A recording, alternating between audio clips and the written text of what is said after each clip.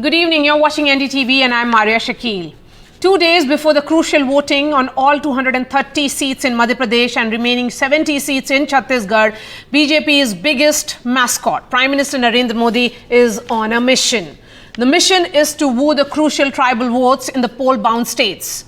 The Prime Minister on Wednesday visited the native village of tribal icon Birsa Munda in Jharkhand's Khunti on his birth anniversary and launched a welfare scheme for the tribal community.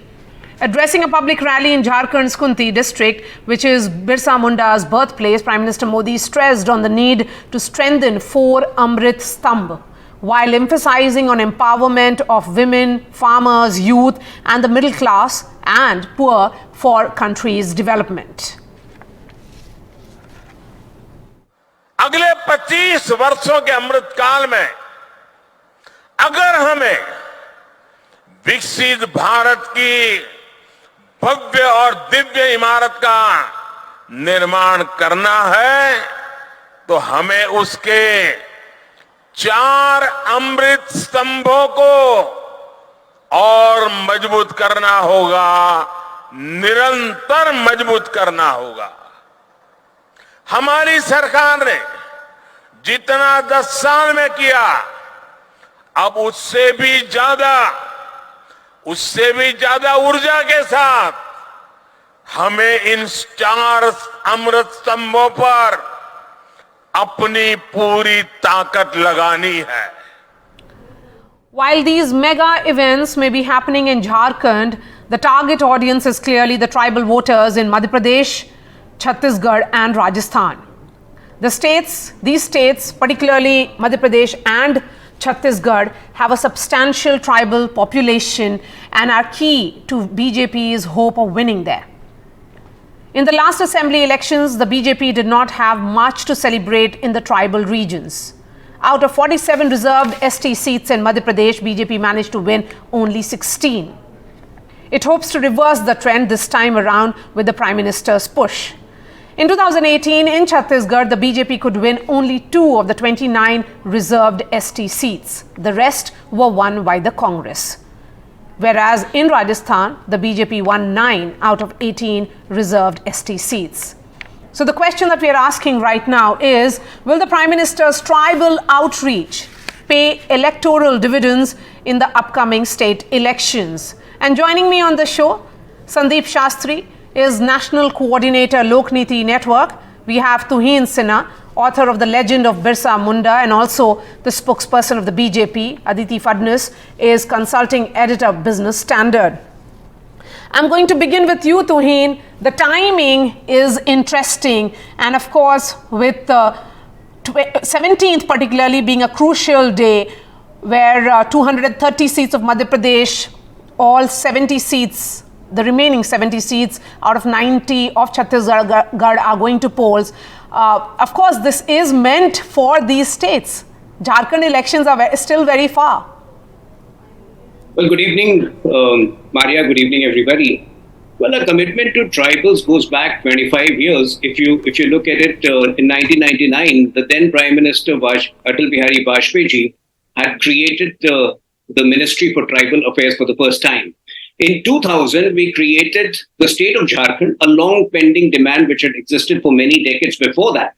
In fact, in 2021, Prime Minister Modi ji made Birsa Munda's birth anniversary Janjatiya Gaurav Divas. So I think, in 2021, there were no elections. So Prime Minister Modi's and this government's commitment to tribals has been unequivocal, irrespective of whether elections have existed or not.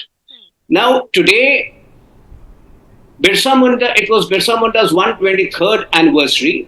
In the next 2 years, obviously, it would be 125th anniversary. I don't think him being present in the village of Birsa Munda makes it, has any electoral messaging. But over a period of time, most of the social welfare schemes, and particularly those for the poorest sections of society, whether it is the Nal Se Jal Karyakram, whether it is Jan Dhan Yojana, all of these have benefited the tribals the most. So I think, it goes beyond elections. Our commitment towards tribals has been consistent and unequivocal. Yes, but Sandeep Shastri, the fact is that tribals as a constituency haven't been loyal to one particular political party.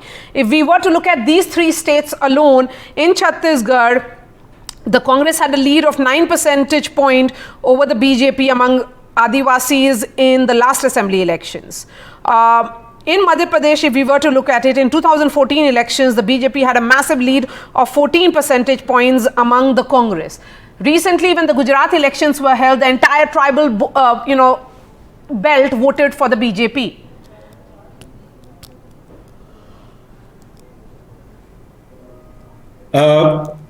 Was the question posed to me, ma'am? Yes, sir.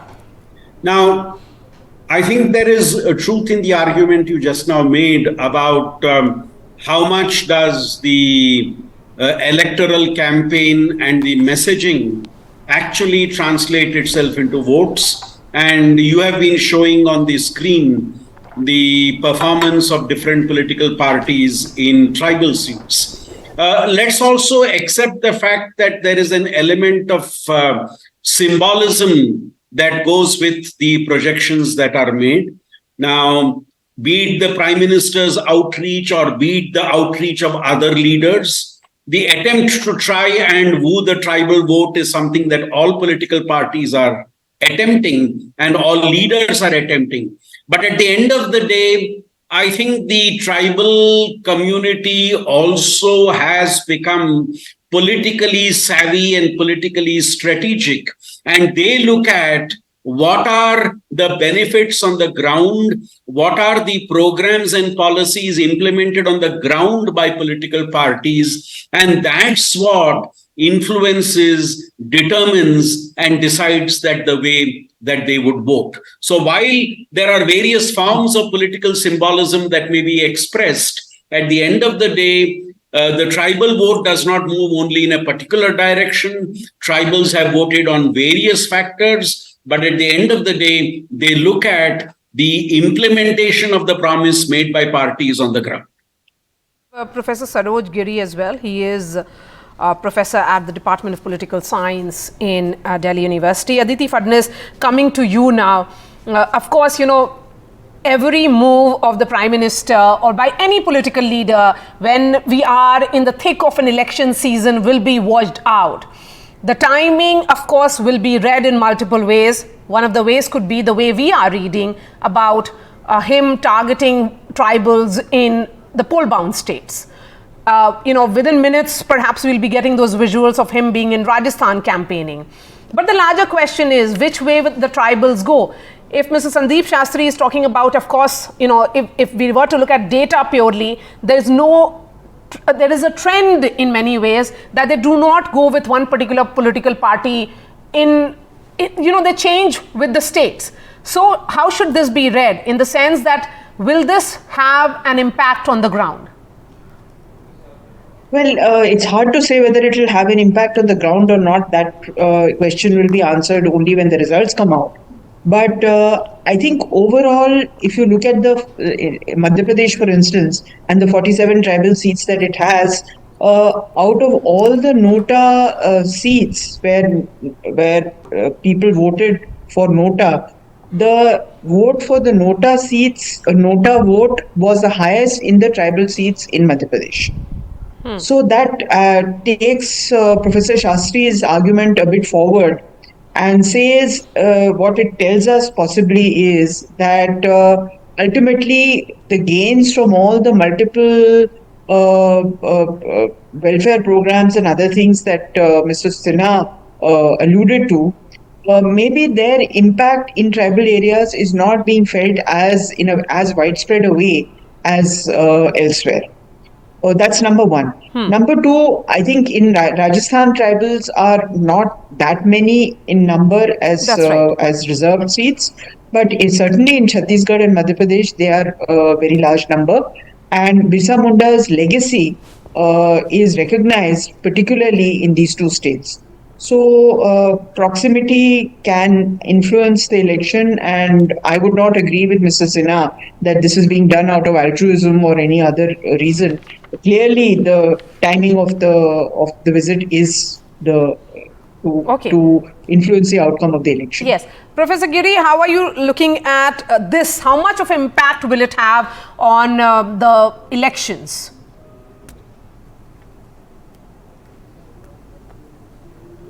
Will you please unmute yourself? Are you asking specifically with regards to PM Modi's outreach to the tribals? Yes, that's right. Well, I would say that I think the situation with the tribal question, I think varies differently in different states. If we look at Jharkhand and Chhattisgarh, they have slightly similar situation with regards to the Adivasis. Rajasthan would be slightly different because in Rajasthan, there is this demand for Bhil Pradesh, for a separate autonomous state among the Bhil people, which also includes Bhils from Madhya Pradesh and from Gujarat. I think I would like to focus on what is happening in Chhattisgarh in particular, because I do not know if, how much this has really troubled to the national media. But Chhattisgarh, the struggle of Adivasis against big corporate mining and displacement of tribals, that struggle is really intense, and for some reason, this has not really got the coverage that it deserves, both from even from alternate media, I would say. So if I were to focus there, then talking about Prime Minister Modi's outreach, then I would say that the PMO as well as the Home Ministry is directly, implementing measures in tribal areas that are extremely harmful to the tribals. For example, I don't know how many people have really heard about this, and I'm embarrassed to actually say in this way because we should have all heard about this. There were aerial bombings in Adivasi areas in Bastar. Not just once, but thrice over the past couple of years. Aerial bombing directly sanctioned by the Home Ministry at the highest level. So much so that in some cases that the Congress government in Chhattisgarh would said that they didn't even know that there is aerial bombing going on. That? I think that's a subject of BJP versus Congress. We invariably see that play out in that domain. But right now, what we are also seeing, Tuhin Sinha, is massive outreach and governance efforts that have been carried out by Bhupesh Baghel in Chhattisgarh. And that is the reason why, if you look at survey after survey, it's translating into him being the most popular chief minister, someone who has ensured Bijli Sadak Pani and gone beyond that to have hospitals and also schools in these tribal regions. Tribal Maria, belts in particular. I would beg to disagree there. Okay, Tuhin, please. Yes, Tuhin, go ahead. Can I please complete? Yes. In fact, if you look at if I it, can come in here, yes, I'll come to you. About your Tuhin. assessment of, in fact, if you look at it, Maria, if you look at it, all the scams of the Chhattisgarh government, whether it is the latest Gobar Gothan scam, whether it is the coal levy scam, at the core of it, who are the worst sufferers, who are the victims? They are the Adivasi community, even the PSC scam. So I think, Chhattisgarh government has been the unkindest one to the tribals of the state. And irrespective of what bubble may exist at this point of time, they are in for a problem because of this. So, I don't think, Bhupesh Baghel has any credibility insofar as tribal areas is concerned. And the gentleman before me, when he was referring to certain bombings, I think, I don't think there is anything even factually available to support that on public domain. So I don't think on a show like this, we should support such arguments which are based on hearsay. Okay. Sandeep Shastri, come in on this, talking specifically about the ordinance which was promulgated to maintain status quo on the SC/ST Act. Then we have seen that back and forth that has happened. Do you think, Sandeep Shastri, it can be seen as what BJP's Tuhin Sinha said, that in the last 9 years in particular, there has been efforts by the central government repeatedly, or will you see this as more of a one-off? I would have a slightly different perspective on the issue. I think in the last decade, we have visibly seen that the voter in this country makes a distinction between the national and the state election. Even the studies that we have done as part of Lokniti clearly show that when it comes to a national election, when it comes to the central government, there is a particular perspective that the voter takes. But when it is a state assembly election, the voter is clearly, visibly looking at issues which directly affect her life, issues which are linked to his or her livelihood at the local level. Those are the factors that play a role. So when I'm looking at the Chhattisgarh elections, I'm basically looking at what are the local factors, what has been people's experience with regard to governance, and what has been both the BJP's and the Congress's offering to the people and the people's past experience vis-a-vis that offering. That, I think, for me is at the end of the day what the voter in Chhattisgarh is looking at. And it's not about whether the center has done something or the state has done something. The voter is able to see through that and makes this clear distinction between the two levels of government. What about Madhya Pradesh or even Rajasthan, sir?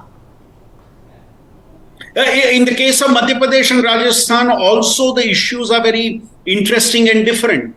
Both the Congress and the BJP, which are in power in these two states, have not declared their sitting chief minister as their prospective chief minister. Congress has not done it in Rajasthan, and the BJP has not done it in Madhya Pradesh. In both these states, the issues are very, very different. In Madhya Pradesh, the BJP is battling anti-incumbency. And the Congress, on the other hand, has to deal with factionalism within the party. And Rajasthan has another set of issues that are in play. So I think every state election has strongly localized issues which seem to play a role in the voter deciding how he or she would vote. And we will not be able to make a generalization about these three states. I think there are specificities in Rajasthan, specificities in Madhya Pradesh, as well as specificities in Chhattisgarh. And I think looking at each of them in a specific sense from the prism of what is important to that voter in the state makes more sense for me. Let me bring in Aditi now. Aditi, the question certainly is that when tribals are looking at their own issues, and I was in Ratlam, which is tribal dominated in Madhya Pradesh, the sense that one does get is that they are looking at issues very, very locally. For them, a national party or a national face doesn't really matter. It's also because these are assembly elections. But Aditi, why do you think increasingly they are getting disenchanted from the Congress? I think they're not just getting disenchanted from the Congress, they're getting disenchanted from most parties. And to the extent that Madhya Pradesh has had a tribal party, which was floated just before the last assembly election. And as far as I know, that's still in business. So the fact is that there is growing realization that several legislations, including the UCC, the proposed UCC, is a problem. And it's not going to be such an easy thing to move tribals politically from their immediate concerns. Okay. Tuhin Sinha, quickly come in on this. Of course, the immediate concerns of tribals are very different from what is being said. You know, the vulnerable groups that have been identified, they spread over, you know, in over 22,000 villages in multiple states and union territories. Questions will be asked if this is linked to elections, but nevertheless, how hopeful is the BJP that this will have an impact on the poll-bound states? Maria, how is it linked to elections? In the last 9 years, you know, social welfare schemes have been at the core of our governance. So, you know, today probably 25 lakh crores of rupees have been distributed via 300 social welfare schemes through the digital public infrastructure. And obviously, a large part of these beneficiaries have been the tribal population. Now, when we launched the PVT, and particularly vulnerable tribal groups, the core agenda or the core purpose of that is to ensure that if at all any percentage of the weakest and the poorest section has been left out, even that will be covered over the next 2 months. So trust me, in Madhya Pradesh, where we have a double engine sarkar, as we call it, there is going to be a pro-incumbency vote. In Chhattisgarh, even today, the tribals are rather upset with the existing state government because of the multiple scams which have actually impacted them. And in Jharkhand, equally, they are upset with the existing state government, which has been, at the forefront of looting them by a mining scam. But there is immense positive sentiment for the social welfare schemes of the central government, which is creating an undercurrent for the BJP in each of the states. Okay, then Professor Giri, if it is about Labharthi, and Labharthi is that group which is a beneficiary class, then it will not be looking at its identity on those lines. They are all looking at welfareism then.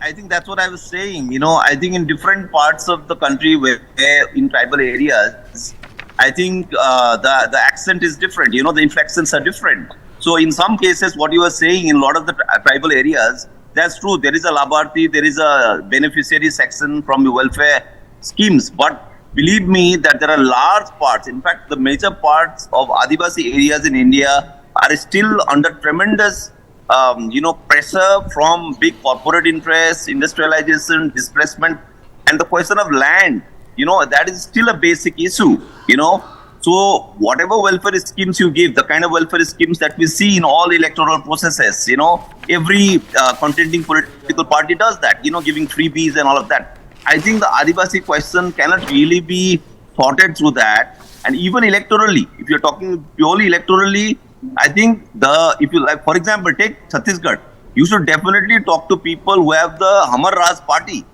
There is a new kind of resurgence within Adivasis that they do not anymore want Congress or BJP.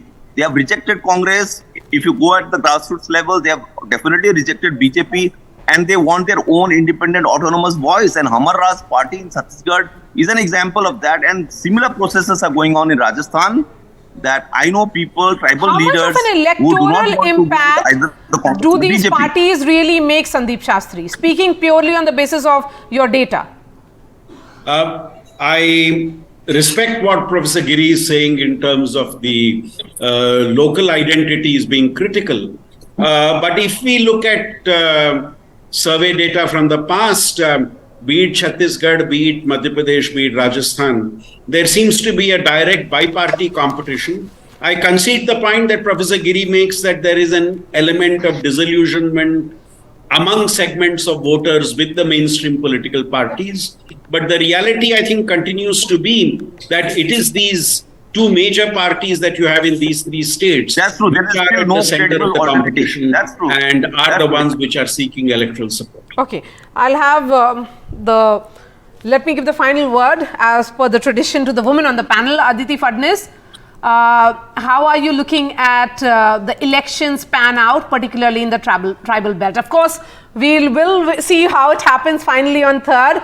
But, just as Gujarat, where when it was a wave election, just about every pocket voted in one direction, will it be different based on more local factors than overarching themes? Well, the BJP has certainly deployed a lot of very high-level tactics to win over the tribal areas. And these tribal areas have slipped away from the Congress. Both these statements are true. But ultimately, what is it that is bothering tribals? And what is it that they want from a government that they elect? I think I would tend to agree that the larger picture is issues of land, something to which even the President of India referred when she was governor of Jharkhand, including issues of cultural identity and religion, As you know, the tribals have their own, in many parts of India, have their own religion and a god. They worship nature and a god called Sarna. Uh, they are not part of the Hindu recognized, organized religion as we know it. They want protection for all this, and they want protection for their cultural identity. It's something that ex-Congress leader Arvind Neta is fighting for very strenuously in Chhattisgarh. So there are lots of subterranean pressures which tribals, without even being aware of it, are kind of giving vent to. And I think these things are very, very important in the overlay that makes them vote. All right. Tuin, perhaps we'll continue this discussion off screen as well. Thank you so much for your time. Tuin Sinha, Sandeep Shastri, Professor Giri and Aditi Fadnis. Of course, we'll be waiting and seeing how the tribal votes really unfold on 3rd, but all eyes will be on how the voting goes in these belts in Madhya Pradesh and Chhattisgarh, particularly on 17th.